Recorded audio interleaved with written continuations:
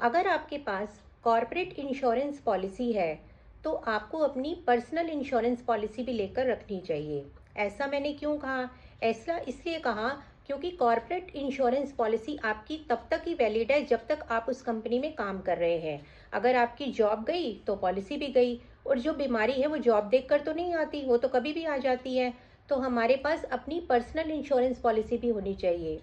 दूसरा इसका फ़ायदा ये होता है कि जो कॉर्पोरेट पॉलिसी होती है उसकी टर्म एंड कंडीशन जो होती हैं वो कंपनी पे डिपेंड करती हैं कि आपको कितना पैसा मिलेगा बीमारी के ऊपर, कितनी रूम रेंट की कैपिंग है। लेकिन अगर आपके पास अपनी पर्सनल इंश्योरेंस पॉलिसी होगी तो उसमें आपका जो भी है सारा इंश्योरेंस का कवरेज जो होगा वो कंप्लीट हो जाएगा।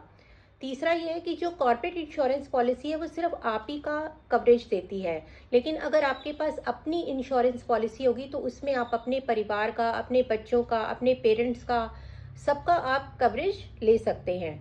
तो आपको हमारी ये सलाह है कि अगर आपके पास कोई भी कंपनी की पॉलिसी है तो उसके साथ साथ अपनी पॉलिसी भी आप ज़रूर लेकर रखें, क्योंकि इससे क्या होगा कि मेडिकल में अगर आपको कल को कोई भी दिक्कत होती है तो आपकी अपनी पॉलिसी भी आपकी पूरी हेल्प करेगी। Thank you.